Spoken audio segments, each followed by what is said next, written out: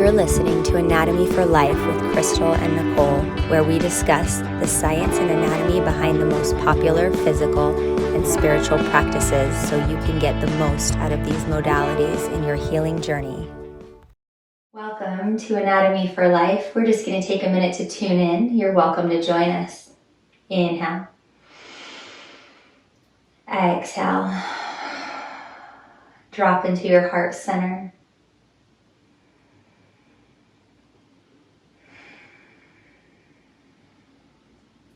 Feeling whole, complete, and abundant. Taking a final breath. And returning to join us when you're ready. Well, welcome. Welcome to our first episode of Anatomy for Life. Yay! I'm Crystal Zinn. And I'm Nicole Murphy. And we're just really excited to start sharing some anatomy knowledge with you, how your body works, how that applies, the things maybe you've been hearing, what's actually going on underneath your skin when that's happening. And today's episode is called Your Brain on Meditation. So we love meditating. A lot of people are meditating. We love meditating. What's your meditation experience been like? I have found that meditation for me has to be very intentional. I know that I've had different periods of time where I'm super consistent with meditating and other times when I'm not. But one thing I know is that whenever I have meditation with a purpose, that it goes a whole lot better for me.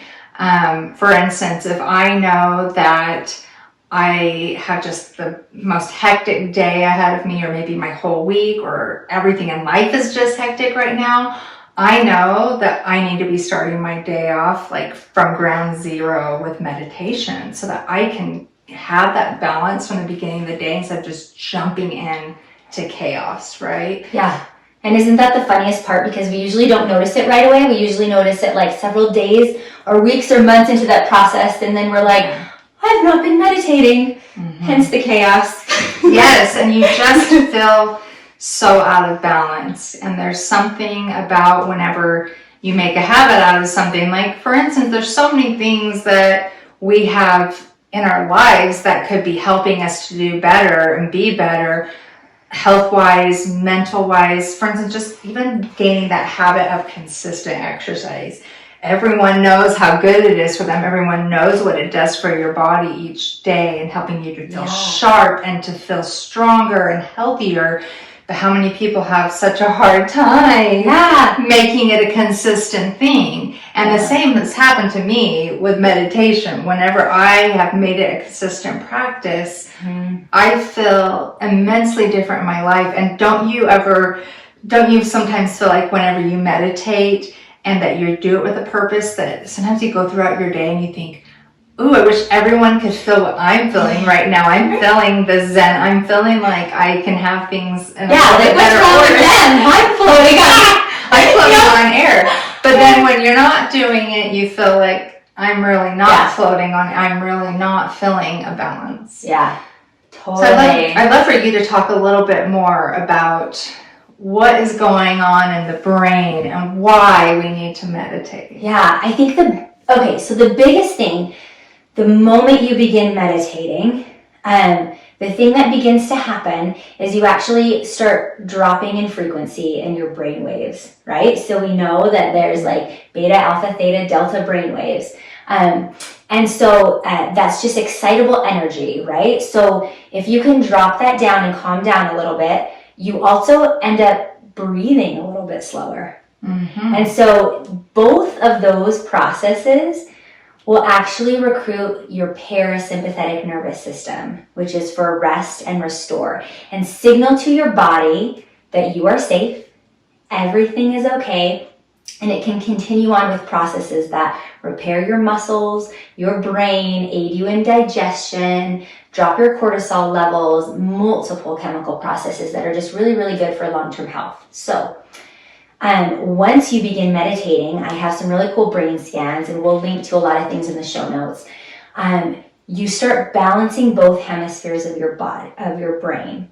So when the hemispheres of your brain start to balance and communicate better with each other, then you also have better communication with your endocrine system, your nervous system, your cardiovascular system, and your lymphatic system. So you really want the manager, your brain, to be working in a calm, coherent manner. So those are some immediate benefits right the moment that you're meditating. And that's actually why I started meditating too, was because of the feeling that I initially got. Like what is this, right? Like I'm feeling my body in a new way, or I'm even feeling energy around my body in a new way. And I have to tell you, one of my first experiences meditating, which was with Kundalini, which is like, 0 to 100 in meditating right off the bat. And so I had started this Kundalini practice with one of my best friends. And she had warned me that things could happen or shift or change, if anyone's ever heard of Kundalini rising. And I knew all the anatomy of the neurology and the health benefits of what was going to happen to me. And so I had picked this Kriya for abundance, because one thing that I really, really wanted, and a Kriya is just an exercise you do with an intention, like you said, which is really powerful. And I had wanted a space to practice my yoga and to work on my anatomy curriculums and to see clients and just basically all the things I love to do, all my hobbies. And so I had thought, do I need a new house? Do I need a bigger house? And I just didn't really see the way out. So I began this meditation Kriya every day, and you're supposed to be doing it for 40 days, I think, is the prescription. Wow. So I'm doing this Kriya with a lot of intention and energy and determination for about 15 days. And on day 16, it was my birthday. And I had done this Kriya, left the house, and got a call from my husband. So he was like, don't worry, everything's okay. So when you get a call like that, probably everything's not okay. And he was like, I know it's your birthday, I will fix this. And I was like, fix what? I'm running home. It might have been, we never got to the root of the problem, but it was probably our dishwasher had flooded the house. And it was very extensive. It had flooded my entire kitchen, the entire front living room. Anyways, we went through the next couple of days, which I kept doing my Kriya, by the way. And we went through the next couple of days of figuring out insurance and, that process. You've been through that process. A lot of us have been through that process. And it seemed like it was such an extensive repair that the only solution was to simply take some money out of the house and just add on. While we were doing that process. And it wasn't until a couple months into that process that I realized, oh my gosh, this is exactly what I was intentionally meditating for. Oh my goodness. For 30 days in a row. And a year later, 18 months later, it's supposed to take 6 months, but construction goes as construction goes. I ended up with a beautiful yoga space and yoga room. And place to do basically what I was intending with the emotions and the ideas I was putting out there. And I've revisited that several times, and it's really kept me consistent in my meditation practice. It's also really kept me super careful about my intentions when I'm meditating, because I've realized how powerful it is. Yeah, I would say so. I remember when all that was going on, and now looking back, what a blessing, like all that coming about. Like at the time you're thinking, oh crap, my house just flooded or whatever, but It was all to bring you to a better good. Yeah, and it's also just a powerful message with our brains and our bodies and our intentions that we are the creators of our reality, literally, physically. And that is what's going on in our bodies when we're meditating. I'm also curious what other stuff about meditating you guys have heard out there, or if you've had a crazy experience like that, we want to hear about it in the comments below. I feel like there's a lot of stuff going around about meditating, and one anatomy point we wanted to share with you in this episode is what is going on long term, and one of the biggest benefits that you can get from long term meditating. So have you heard of an amygdala hijack? I have, but I'm sure your take on it, you can expound on this for me. Oh, that's interesting. That's good. I do teach about this in my anatomy courses. but tell me if this sounds familiar, or tell me when this has happened to you. So it happens when basically you react before you can think about it. Okay. So you're going through your day, and something happens and you have a reaction or a feeling or a decision-making process or like a visceral reaction or even an endocrine system reaction, and you don't even know why, or you can't even figure out what happened. It's most prevalent in people who have trauma. So sexual trauma or PTSD, people who have come back from war, any kind of trauma. A lot of times these things we're walking around and they're dictating the state of our external lives, and we don't even know it, right? Yes. So I'm wondering if that's ever happened to you. Yeah, I actually have a story about that. Let's hear it. Okay, so I've had quite an extensive health journey, and we won't get into all that right now, but my body basically got hijacked with several diseases about 9 years ago. And it took me on quite a wild ride. I, as you know, never had a single health problem before that occurred. And several years into it, so I was a person that I would say previous to this, I had never experienced anxiety. I don't think in my life. I couldn't even relate to it with other people. When they talk about it, I knew it was real, but I did not understand the emotion. My body just always said everything was wonderful no matter what was happening, and I just didn't get nervous or anxious about things.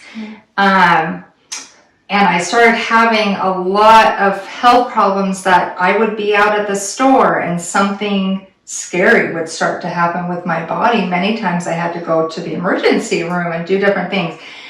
And it got to the point where I started having PTSD. And all of a sudden, I started developing this anxiety. I didn't know what the emotion, what was happening at first, but I'll never forget, I was on the freeway one day, and I can still picture the exact place I was at. And my body just started having a reaction because I had had an instance at that place on the freeway before. Oh, so nothing is happening to you in that moment. No. But when you reach the location, yes, you had previously had a physical episode. Yes. You started having a visceral reaction. And I didn't know what was happening, but then this has happened actually several times since then in that exact spot. I will be driving, I won't even be thinking of anything about it.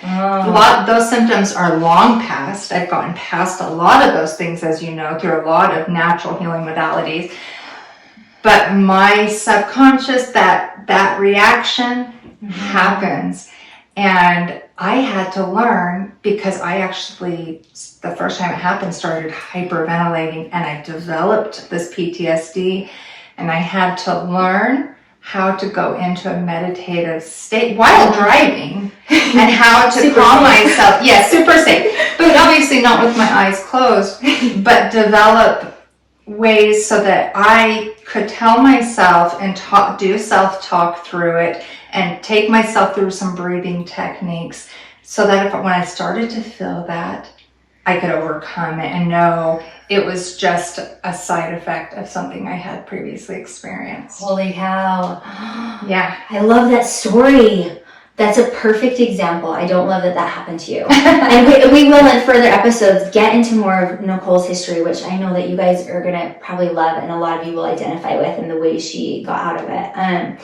But that perfectly illustrates this anatomical principle. So your midbrain or your limbic brain consists of your hypothalamus, your thalamus, and your amygdala. And so that system in your brain is built for safety and survival, and it's a good thing. And we are protected, and we can trust our bodies, right? We know this. We can feel things and have somatic experiences giving us messages about things that we can't fully know in our intelligence. And so if you have had an experience where your body needs to protect you, it is going to record that so that it will protect you in the future. So think of us in our primitive state, right? Mm-hmm. Or we can be wolves running in the wild, because sometimes I wish I was a wolf and have all these primal instincts. And you can see how that would be really helpful. Yeah. Because if you ate a berry and got sick, then you would need some internal programming, which, by the way, you can pass on to your progeny and your genes about those berries and survival mechanisms. That will help you avoid that in the future, right? And keep you safe. And so if you're at a place in the woods and a bear comes out and is going to kill you, then your amygdala is going to store that information. So like what happened to you on the freeway, that is a dangerous place. So your body in some scenario said, these triggers, these things I see, these things I smell, this location I'm in is not safe for me. So what an amygdala hijack is when your body decides that for you because of a previous experience, it will take the signals in, and faster than you can process it, it will pass your prefrontal cortex, your decision making, your thinking, all of those emotions or critical thinking, and it will go straight to the amygdala, which will start sending signals to your pituitary gland for your body and your nervous system to react as if you were in mortal peril. Yeah, fight or flight, right? Fight or flight. And what's so interesting, fight, flight, fawn, or freeze. Okay. Yeah.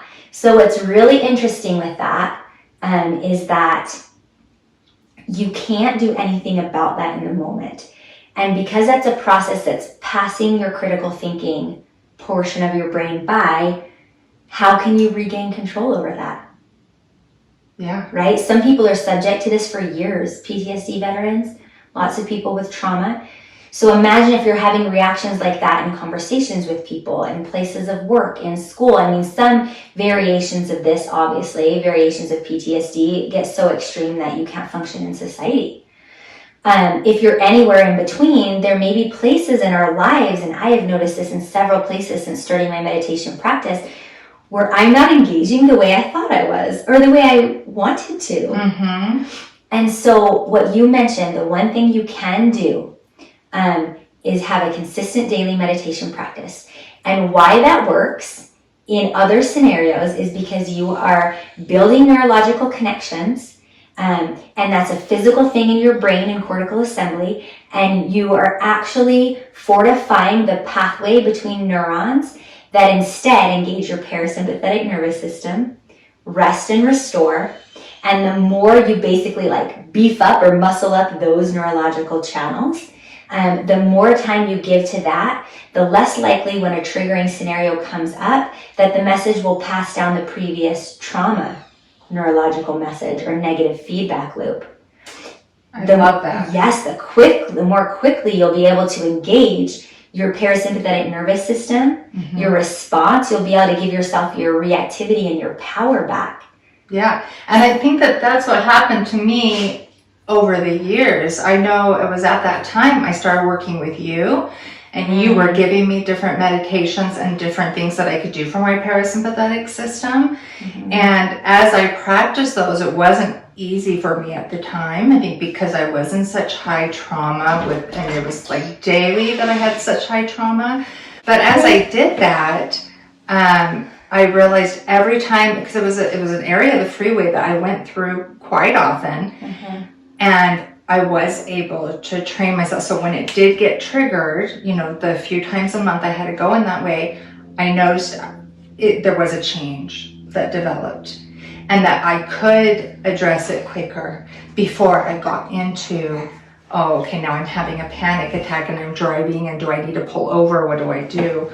I didn't get to that point anymore because I had developed habits. Yeah, and it's so fascinating that the work happens outside of the moment. So it's a little counterintuitive. And I felt like that was an important thing we wanted to share today, because it's another reason why a daily, consistent meditation practice can help you in other areas. And it's something worth trying. We actually have created something for you. If you go on crystalzinnyoga.com and subscribe, send us an email, subscribe here where you're watching the podcast, or follow on Instagram. We'll send you 7 steps to how to be consistent and have a successful daily meditation practice. Yes, you're going to love this. It's a guide that you can keep with you right on your phone.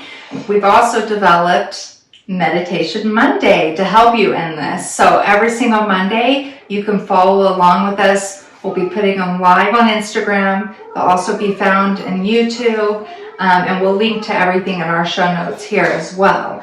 So we'd love it if you go and rate and review this podcast.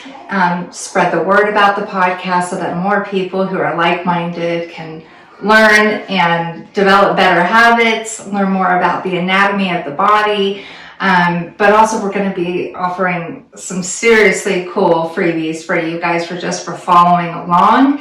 And also we want to help enhance those meditations. Yeah, we're so excited. And there's a prompt at the end of that. So there's an 8 meditation in there that you can do every morning. And there's a prompt at the end, step 7, which is record and notice the synchronicities and the things that start happening outside of your meditation moments, because we want to hear. So if you do it, come back and comment below and tell us what things are changing for you. What are you experiencing? So thank you for joining us today. Yeah, thank you. Next time. Till next time. Thanks, Nicole. Thanks, Crystal.